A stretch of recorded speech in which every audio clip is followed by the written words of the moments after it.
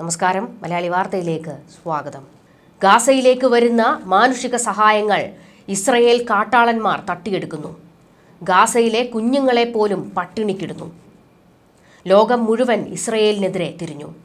എന്നാൽ കള്ളങ്ങൾ പൊളിച്ചടുക്കി ഇസ്രയേൽ സൈന്യം രംഗത്തിറങ്ങിയതോടെ ഹമാസിന്റെ അടിവേര് വരെ ഇളക്കി.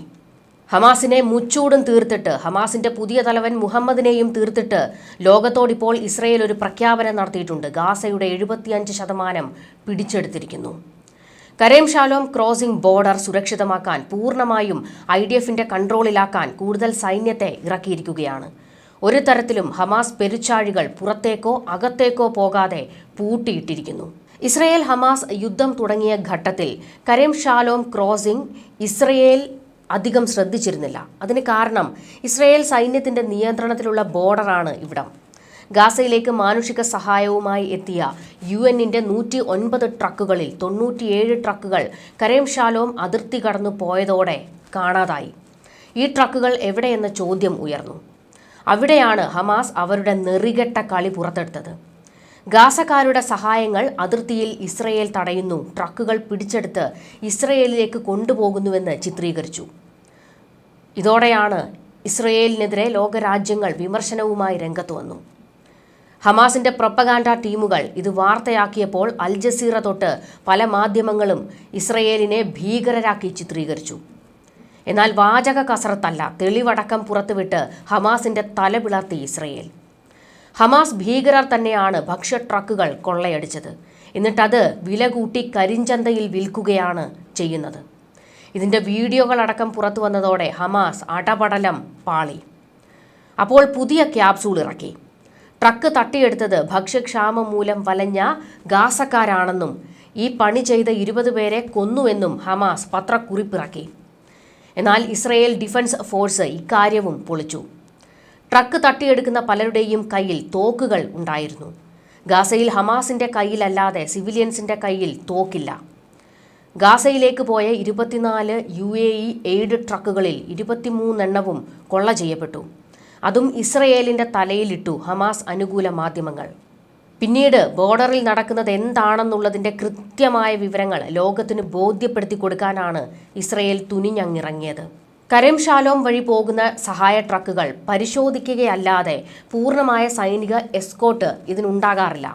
UAE എയ്ഡ് ആ രാജ്യം നേരിട്ട് ചെയ്തതാണ്. അതുകൊണ്ട് തന്നെ IDF സെക്യൂരിറ്റി അതിന് ലഭിച്ചിരുന്നില്ല. ഇനി കൊള്ള നടക്കുന്ന രീതി കൂടി നമുക്കൊന്ന് നോക്കാം. UAEയുടെ സഹായ ട്രക്കുകൾ ഇസ്രയേൽ സൈന്യത്തിന്റെ നിയന്ത്രണത്തിലുള്ള കരേം ഷാലോം ക്രോസിംഗ് വഴിയാണ് ഗാസയിലേക്ക് പ്രവേശിച്ചത്. തുടർന്ന് ട്രക്കുകൾ ഹമാസ് സാന്നിധ്യമുള്ള പ്രദേശങ്ങളിലൂടെ കടന്നുപോയപ്പോൾ അവ കവർച്ചയ്ക്ക് ഇരയായി. കൃത്യമായി പറഞ്ഞാൽ കരേം ഷാലോം ക്രോസിംഗ് ഗാസയുടെ തെക്ക് കിഴക്കൻ ഭാഗത്താണ്, ഇസ്രയേലിന്റെ അതിർത്തിയിലാണ്. ഇവിടെ IDF സാന്നിധ്യമുണ്ട്. ട്രക്കുകൾ പരിശോധിക്കാൻ ഈ കോറിഡോർ IDF നിയന്ത്രണത്തിൽ വയ്ക്കുന്നു. ഇതിന് ശേഷം വരുന്ന ഭാഗത്ത് തീവ്രവാദ സാന്നിധ്യമുള്ള മേഖലകളാണ്, ഹമാസിന്റെ ഏരിയകൾ. ഇവിടെ വച്ചാണ് ട്രക്കുകൾ കാണാതാകുന്നത്.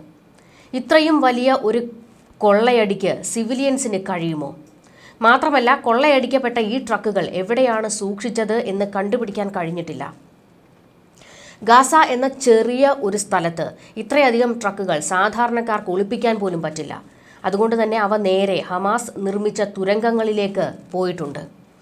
UN അടക്കമുള്ള വിവിധ ഏജൻസികൾ സൗജന്യമായി കൊടുക്കുന്ന ഭക്ഷ്യവസ്തുക്കൾ ഇങ്ങനെ തുരങ്കങ്ങളിലാക്കി വില കൂട്ടി വിൽക്കുകയാണ് ഹമാസിന്റെ രീതി എന്നാണ് ഇസ്രയേൽ വ്യക്തമാക്കുന്നത്. പക്ഷേ UN അടക്കം അന്ന് പരിതാപം പറഞ്ഞത് ഹമാസിനോടും കുറ്റപ്പെടുത്തിയത് IDFനെയുമാണ്. അന്നും ഇത് തങ്ങളുടെ പ്രശ്നമല്ല എന്ന് ഇസ്രയേൽ വ്യക്തമാക്കിയിരുന്നു. അത് ശരിയായിരുന്നുവെന്ന് ഇപ്പോൾ വീണ്ടും തെളിയുകയാണ്. ഐക്യരാഷ്ട്രസഭയുടെയും അമേരിക്കയുടെയും യൂറോപ്യൻ യൂണിയന്റെയും തുർക്കിയുടെയും ഗൾഫ് രാജ്യങ്ങളുടെയും എന്തിന് ചൈനയുടെ വരെ കോടിക്കണക്കിന് ഡോളറിന്റെ സഹായമാണ് ഗാസയിലേക്ക് എത്തുന്നത്. മൊത്തം ഗാസയ്ക്ക് കൊടുത്ത ഫണ്ട് ഉണ്ടായിരുന്നുവെങ്കിൽ ഒരു ന്യൂയോർക്ക് സിറ്റി പണിയാമായിരുന്നുവെന്നാണ് ജെറുസലേം പോസ്റ്റ് പത്രത്തിന്റെ പശ്ചിമേഷ്യ വിദഗ്ധനായ അമീചെയ് സ്റ്റീൻ പറയുന്നത്. ഗാസ എന്നത് ഒരു വലിയ രാജ്യമൊന്നുമല്ല, വെറും 365 ചതുരശ്ര കിലോമീറ്റർ മാത്രം വരുന്ന ഒരു പ്രദേശം. അതായത് 1415 ചതുരശ്ര കിലോമീറ്റർ വരുന്ന പ്രദേശം. പക്ഷേ അവിടെ 20 ലക്ഷത്തിലേറെ ജനസംഖ്യയുണ്ട്. ഈ ജനങ്ങളെ പോറ്റാനായി ഈ യുദ്ധകാലത്തും ഭക്ഷ്യവസ്തുക്കളുമായി 100 കണക്കിന് ട്രക്കുകൾ എത്തുന്നുണ്ട്. പല ലോകരാഷ്ട്രങ്ങളും മരുന്ന് അയച്ചു കൊടുക്കുന്നുണ്ട്. എന്നിട്ടും കുട്ടികളടക്കം ഗാസയിൽ പട്ടിണി കിടന്ന് മരിക്കുമെന്നാണ് റിപ്പോർട്ടുകൾ. അപ്പോൾ ഒരു ചോദ്യം ഉയരുകയാണ്. ഈ കൊടുക്കുന്ന ഭക്ഷണവും മരുന്നും ലോക സഹായവും ഒക്കെ എങ്ങോട്ടാണ് പോകുന്നത്? അതിനൊറ്റ ഉത്തരമേ ഉള്ളൂ. കൊള്ളയടിക്കുന്നത് ഹമാസാണ്. ഗാസയിലെ കുട്ടികളുടെ പിച്ചച്ചട്ടിയിൽ നിന്ന് പോലും കൈയിട്ട് വാരുകയാണ്. ശരിക്കും പലസ്തീനികളുടെ ശാപം തന്നെയാണ് ഈ ഇസ്ലാമിക ഭീകര സംഘടന.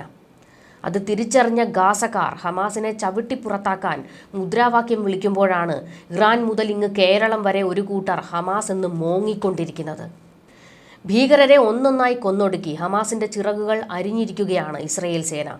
ഹമാസിന്റെ ഗാസയിലെ പുതിയ തലവൻ മുഹമ്മദ് സിൻവാറിനെ ഇസ്രയേൽ സേന വധിച്ചതായി പ്രധാനമന്ത്രി ബെഞ്ചമിൻ നെതന്യാഹു കഴിഞ്ഞ ദിവസം സ്ഥിരീകരിച്ചിരുന്നു. മെയ് 14 നടന്ന കടുത്ത വ്യോമാക്രമണത്തിൽ മുഹമ്മദ് സിൻവാറിന് ഗുരുതര പരിക്കേറ്റതായി റിപ്പോർട്ടുകളുണ്ടായിരുന്നു. ആ സമയത്ത് ഇസ്രയേൽ പ്രതിരോധ സേനയ്ക്ക് വാർത്ത സ്ഥിരീകരിക്കാൻ കഴിഞ്ഞിരുന്നില്ല. ഹമാസിന്റെ മുൻ തലവൻ യഹിയ സിൻവറിന്റെ സഹോദരനാണ് മുഹമ്മദ് സിൻവാർ. യഹിയ സിൻവർ കഴിഞ്ഞ വർഷം ഒക്ടോബറിൽ ഇസ്രയേൽ സേനയുടെ ആക്രമണത്തിൽ കൊല്ലപ്പെട്ടിരുന്നു. 2023 ഒക്ടോബർ 7 ഇസ്രയേലിൽ കടന്നുകയറിയ ഹമാസ് നടത്തിയ ഭീകരാക്രമണത്തിന് പിന്നിലെ സൂത്രധാരൻ യഹിയ സിൻവറായിരുന്നു. ഇറാനിൽ വെച്ച് ഇസ്മയിൽ ഹനിയയെ മൊസാദ് വധിച്ചതിനെ തുടർന്നാണ് യഹിയ സിൻവാർ തലപ്പത്തേക്ക് വരുന്നത്. യഹിയയുടെ വധത്തെ തുടർന്ന് മുഹമ്മദ് സിൻവാർ ആ പദവിയിലെത്തി. ആ തലയും എടുത്തു. ഗാസയിൽ അവശേഷിക്കുന്ന ഹമാസിന്റെ ഉന്നത കമാൻഡർമാരിൽ ഒരാളായിരുന്നു മുഹമ്മദ് സിൻവാർ. ഭൂഗർഭ കേന്ദ്രത്തിലിരുന്ന് ഹമാസിന്റെ കാര്യങ്ങൾ നിയന്ത്രിക്കുന്നതിനിടെയാണ് മുഹമ്മദ് സിൻവാർ ഇസ്രയേൽ പ്രതിരോധ സേനയുടെ കൃത്യമായ ഡ്രോൺ ആക്രമണത്തിൽ കൊല്ലപ്പെട്ടത്. ഖാൻ യൂനൂസിലെ യൂറോപ്യൻ ആശുപത്രിയുടെ കീഴിലായിരുന്നു ഹമാസിന്റെ കമാൻഡ് നിയന്ത്രണ കേന്ദ്രം. ആക്രമണത്തിന് ശേഷമുള്ള വീഡിയോ ഇസ്രയേൽ സൈന്യം പങ്കുവച്ചിട്ടുണ്ട്. ആശുപത്രിക്ക് കീഴിലുള്ള തുരങ്കം വീഡിയോയിൽ വ്യക്തമായി കാണുകയും ചെയ്യാം. ഈ തുരങ്കത്തിലൂടെയാണ് കമാൻഡ് കേന്ദ്രത്തിലേക്ക് പ്രവേശിക്കുന്നത്. സിൻവാറിന് പുറമെ ഇദ്ദേഹത്തിന്റെ പിൻഗാമിയായി കണക്കാക്കപ്പെടുന്ന റഫ ബ്രിഗേഡ് മേധാവി മുഹമ്മദ് ഷബാന ഉൾപ്പെടെ 1 ഡസനോളം സഹായികളും കൊല്ലപ്പെട്ടു എന്നാണ് വിവരങ്ങൾ. ഞങ്ങൾ മുഹമ്മദ് സിൻവാറിനെ ഇല്ലാതാക്കി, പ്രധാനമന്ത്രി ബെഞ്ചമിൻ നെതന്യാഹു ഇസ്രയേൽ പാർലമെന്റിനെ അറിയിച്ച വാക്കുകളായിരുന്നു ഇത്. ഗാസയുടെ ഏതാണ്ട് 75% IDFന്റെ കീഴിലായി കഴിഞ്ഞു. മനുഷ്യരെയും ഭീകരരെയും അവർ തരം തിരിച്ച് അരിച്ചെടുക്കുന്നു. ഭീകരരിൽ നിന്ന് സ്വതന്ത്രമായ പ്രദേശങ്ങളിലേക്ക് ആളുകളെ പുനരധിവസിപ്പിക്കുന്നതിനാണ് മാധ്യമങ്ങൾ പലായനം എന്ന് പറയുന്നത്. ഹമാസ് ഏതാണ്ട് പൂർണ്ണമായി നിരായുധീകരിക്കപ്പെട്ടു കഴിഞ്ഞു. അവരുടെ ഉറവിടങ്ങളുടെ എല്ലാ വാൽവുകളായിരുന്ന നെറ്റ്സാരിയും ഇടനാഴിയും റഫയും ഫിയാഡൽഫി ഇടനാഴിയും മൊറാഗ് ഇടനാഴിയും IDF പിടിച്ചതോടെ ഹമാസിന് ശ്വാസം മുട്ടിയിരിക്കുകയാണ്. ഇനി അധികകാലമൊന്നും അവർക്ക് പിടിച്ചു നിൽക്കാൻ കഴിയുകയില്ല എന്ന് ബെഞ്ചമിൻ നെതന്യാഹു വ്യക്തമാക്കി.